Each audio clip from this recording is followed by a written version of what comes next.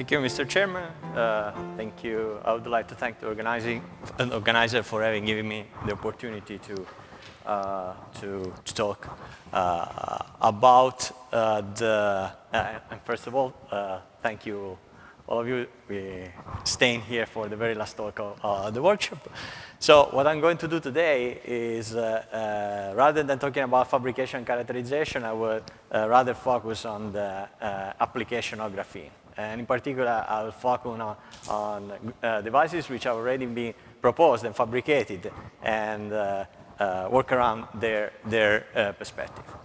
So in the last years, the main law which has ruled in the non-electronic industry has been the Moore's law, which actually say that every 18 months the complexity of the chip has to be double, or in other words, the dimension of the device has to shrink by 1/2. Right now we have in our laptop, in our devices, we have transistors whose channel length is of the order of 22 nanometer node.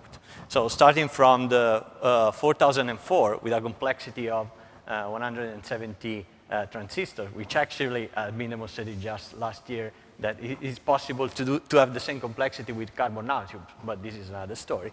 We are, you know, with these dual core, quad core, 8-core Intel i7, and so on and so forth.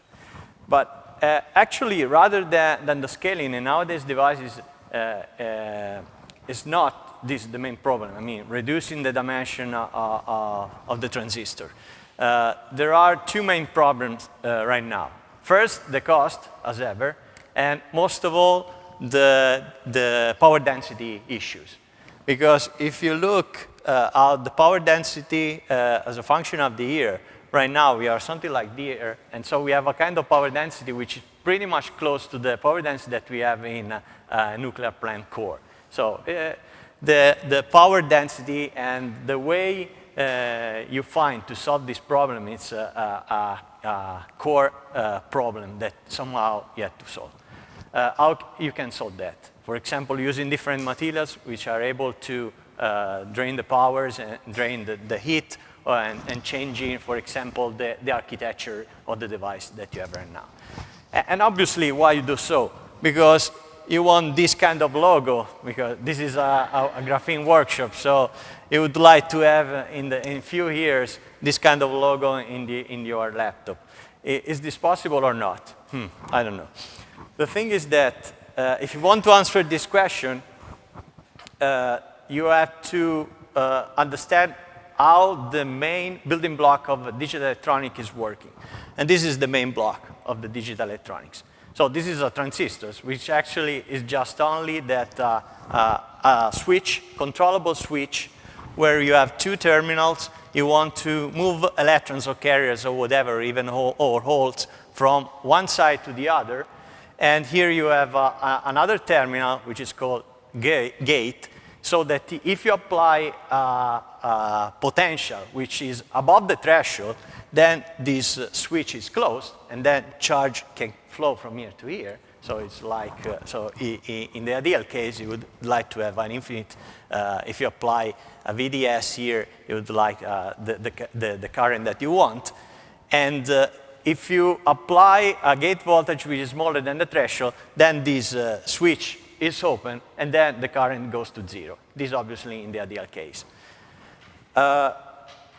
In reality, so this is the switch, the ideal switch. This is what happens in the how do you model and what happens in the reality. You have the transistors, which somehow is working like this switch.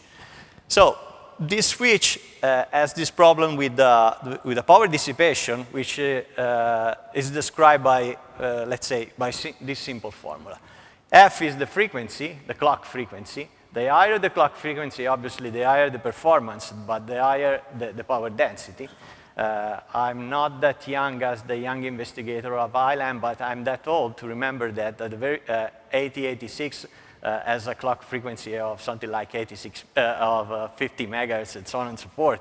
And then in less than a decade, it has been a ramp up of the frequency. So starting from tens of megahertz, in 10 years, we went to the gigahertz regime as we are now.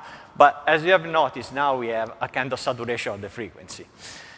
Then there's this Gg, which is the capacitance, which is due to the intrinsic capacitance and the parasitic capacitance of the device. The smaller the device, the smaller the capacitance, and then the smaller the PD. And this is the power supply. So is the power, the VDD, let's say the voltage that you use in order to make this device working. And so you see that if you want to reduce the PD, rather than working on F and Gg, you have a large leverage working on the VDD. So this kind of device is the one that we have in the laptop or whatever computer PC that we have now, are working at the supply voltage at the VDD, which is something like 0.7 volt. So remember 0.7 volt, which is a value which will come later. So this is a device. You apply a VDS, for example, equal to the largest VDD that you can apply to the device. And then in the log scale, you have this transfer characteristic. So this is the current that you have from here, from the drain to the source, where you apply as a function at VGS, the gate voltage, the voltage that you apply to the gate. So in the ideal case, when this device is off, you would like to have a current equal to 0. And when the device is on, you would like to have the current, whatever current you want, because in the ideal case, it's just a short circuit. In the reality, what happens is that the transfer characteristic is not like that, but it's something like this. So you start, even though the VG is small, and then the device is supposed to be off, the current is small, but is not equal to 0. And then when you apply the largest VGS equal to the, for example, the largest voltage that you can apply equal to the supply voltage, then what happens is that you get the ion, the largest current.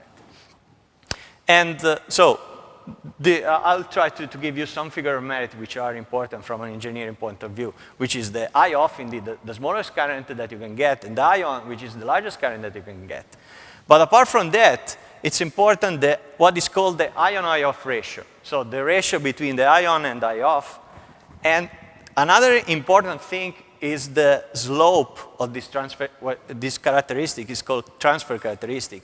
So this is the subthreshold swing. Obviously, you would like to have the smallest subthreshold swing so that in order to have the same ion-I off ratio, you apply a smaller VDD, okay? So which means that if SS, the subthreshold slope is smaller, then the VDD is smaller, and then the power dissipation is smaller. And then you are happy with that.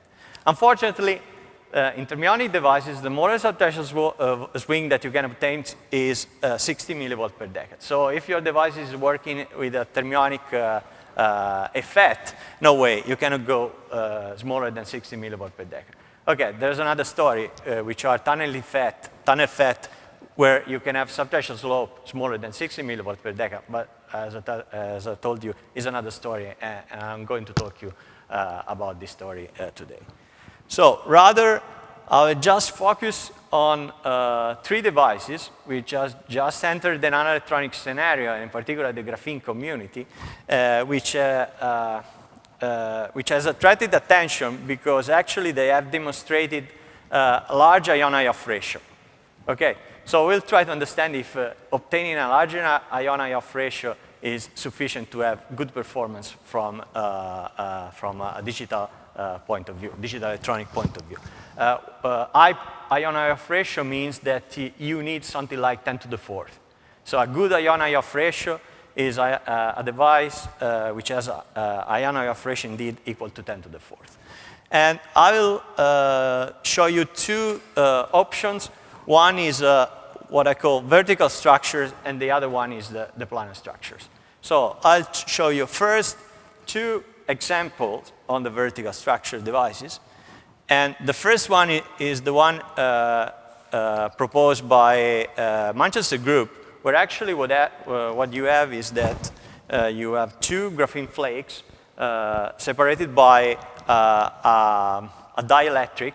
In their case, they use, for example, MOS2, in the sense, okay, MOS2 has a large band gap. You can consider this as a dielectric, or you can use as a boron nitride as well, or other dielectric. And then the charge flows in this direction. So here is the source, this is the drain, this is the gate, as in the picture that I've shown you before.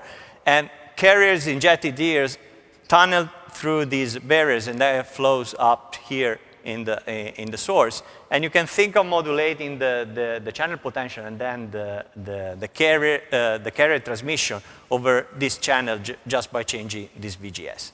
And indeed, what they have demonstrated is that the conductivity can be largely modulated, indeed, of rather larger than 4 orders of magnitude. So what we have done, we have tried to, so this device is pretty much large. We ask ourselves, what is going on if we focus on short channel devices? Obviously, these devices have not been fabricated, so we try to understand the perspective using a simulation framework. So, and what we have done, we have considered as a dielectric hexagonal boron nitride, which has a band gap pretty much large, the order of 4-5 eV, and also we have considered this other material, which is composites of hexagonal boron nitride. It's hexagonal boron carbon nitride. The nice stuff about this material is that if you change the percentage of carbon atoms in the lattice, you change the band gap. The larger the concentration of carbon atoms, the smaller the band gap.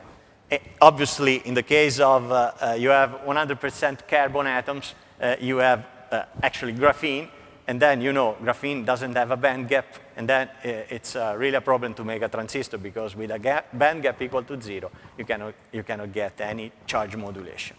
You can get a charge modulation of the order of 10, which obviously is way behind what expected, of the order of 10 to the 4th. We have made some DFT simulation trying to get the transmission coefficient through these barriers of, so you have graphene on top, graphene on bottom, dielectric in the middle, and we have computed the transmission coefficient. But since the FT simulations are too much time consuming and we want to simulate the whole devices, actually we have used a tie binding approximation, in the sense that we have tried to fit these transmission coefficient with a tie binding Hamiltonian. Once we have computed these parameters, then we have included in our two-dimensional Poisson NEGF solver, which solves all these equations consistently. And this is the device, the complete device that we are taking into account. It's a 10 nanometer device. The structure is pretty much the same as the one fabricated by Novoselov group. It's a double gate structure. Double gate means that you have a top gate and a bottom gate. And so those are the transfer characteristics that indeed we obtain as a function of the numbers of layers in the middle. Actually, if the numbers of boron nitride layers is equal to 1, then the barrier is too much transparent, and then actually the barrier is not doing its work, and then actually the transfer characteristic is very similar to the one that you would have obtained with a pure graphene channel. But as soon as you increase the boron nitride layers using, for example, 3 and 5 layers, then the I of current is decreased. As indeed, you can see that we still obtain large current modulation of the order of 1, 2, 3, 4, 5 ratio, I mean orders of magnitude. But yes, but there is one problem, in the sense that in order to modulate this kind of, to have this modulation of the current, you need to apply not 0.7 volt, but you need to apply something like 10 volt. So indeed you have a pretty much large current modulation, but in order to have this current modulation, charge modulation, current modulation, actually the power supply that you need to apply is too much large, which is unaffordable for high performance devices. Indeed, this translates in a pretty much large subtraction swing. You remember the slope. So the slope has to be the smallest as possible, the steeper as possible. But here you have something like 300 millivolt per decade, which is far behind the 60 millivolt per decade that you would have liked to obtain. So we made some other simulation. OK, why instead of using boron nitride, we use some other materials, for example, with, which allow to transmit easily from the graphene to the top graphene to the bottom graphene, which is like to say just use another material with another different electron affinity. So indeed, the smaller, actually the higher the electron affinity, this is the edge of the valence band. The higher the smaller the band edge, the valence band edge, the larger the subthreshold swing. But actually still from moving from 300 millivolt per decade, we actually, the best result that we managed to obtain is 270 millivolt per decade. And in the end, this translates in an ion-half ratio of 20 if you consider, for example, 0.7 and 0.6 as a power supply. So what's the main problem? The main problem is due to the fact that, OK, graphene is not a metal, it's a semi-metal, but somehow it's screened a lot. So you would like to apply this voltage to the gate in order to modulate as easy as possible the potential barrier here in the channel. But actually what happens is that whatever, let's say, if you apply a gate voltage here and here, then the graphene starts to be populated by electrons or holes, which highly screen the field induced by the gate.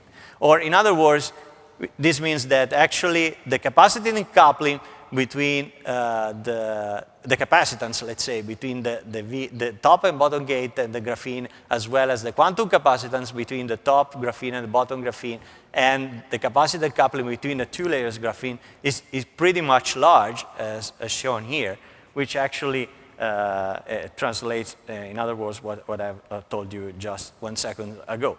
Or in other words, that the gate is not sufficiently good in order to modulate the channel barrier.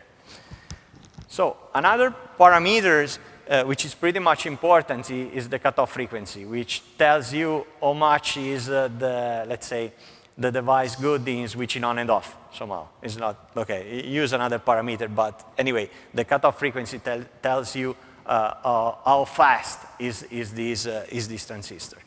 And because of the large capacitance coupling that you have and the parasitic capacitance that you have in these devices, the largest cutoff frequency that you can obtain is smaller than 1 gigahertz. And actually, what we would like to have is something of the order of the terahertz. So it's 3 orders of magnitude smaller as the cutoff frequency that you would have liked for high-performance devices. And OK, this is one of the devices, a vertical device I was just referring at the beginning. The other device is what is called the baristor, which has been fabricated by the Samsung group, which actually, more or less, the principle is the same. Still, you have this large current modulation because actually you have these Schottky barriers between the graphene and the silicon. And actually, the gate is modulating this barrier. So the transistor, let's say, if fat, is due to the fact that with the top gate, you modulate this Schottky barrier.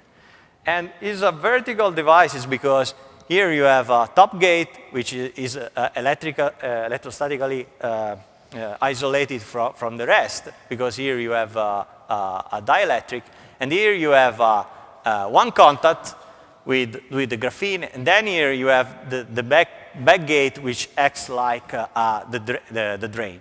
So the current, indeed, is flowing in this direction. That's why I call these devices, let's say, a vertical device.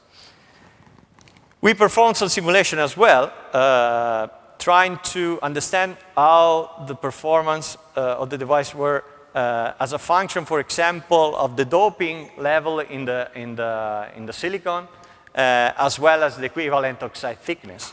But as you see again, you can get, as in the previous device, the large current modulation, but actually still you need to apply large VGS in order to have the large current modulation, which translates in a ion-off ratio, which, for example, as a function of the doping concentration in the silicon bulk, are pretty much slightly better as compared to the previous devices. So 80 instead of 20, but still we are far from what you would like to have.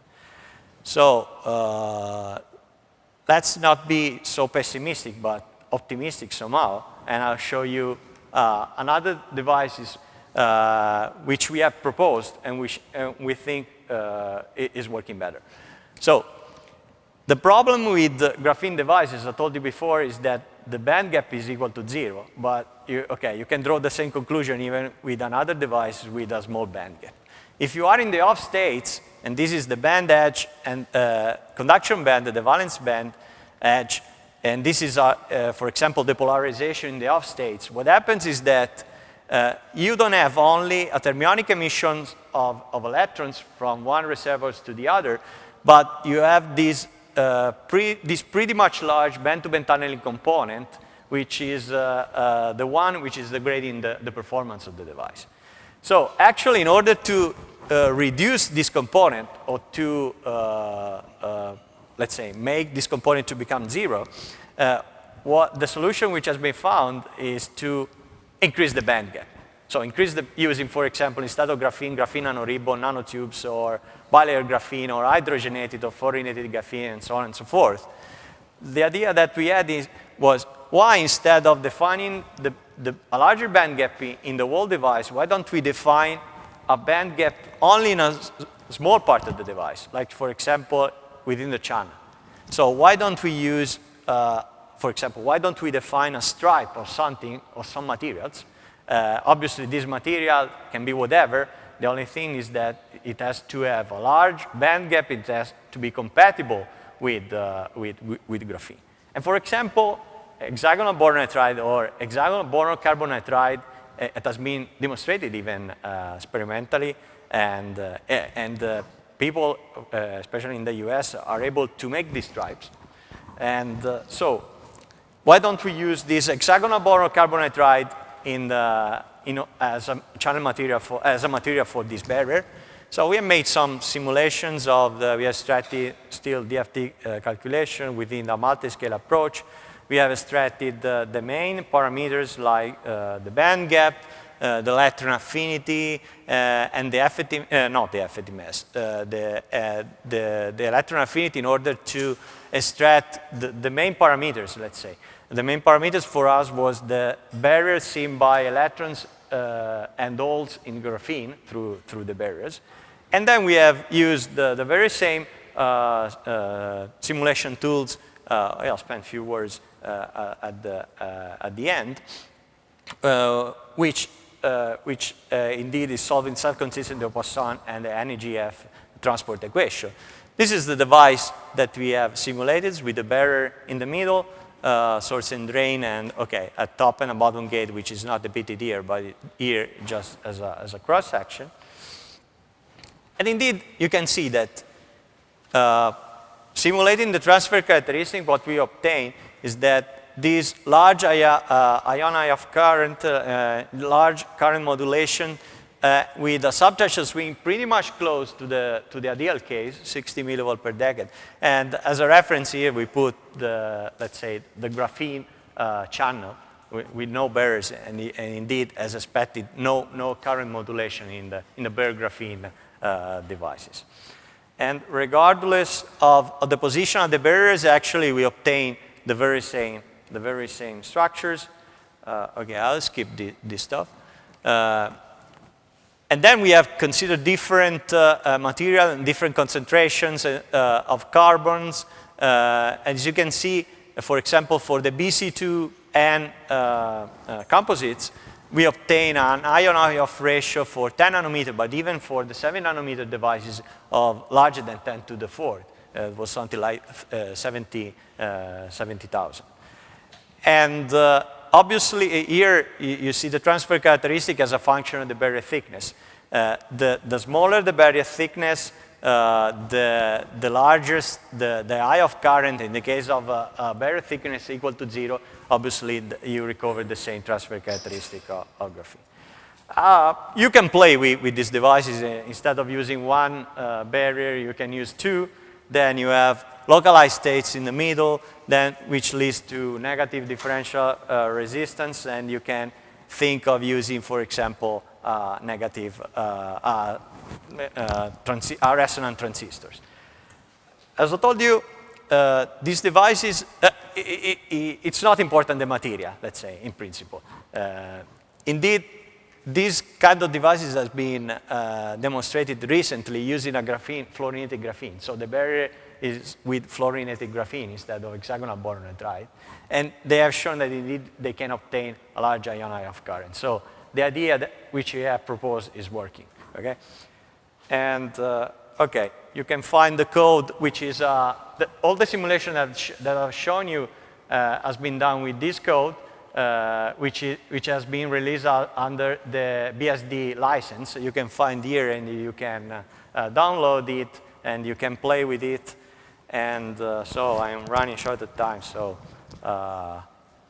okay, you can read the conclusion, which actually doesn't say anything more than the thing that I've told you. Thank you.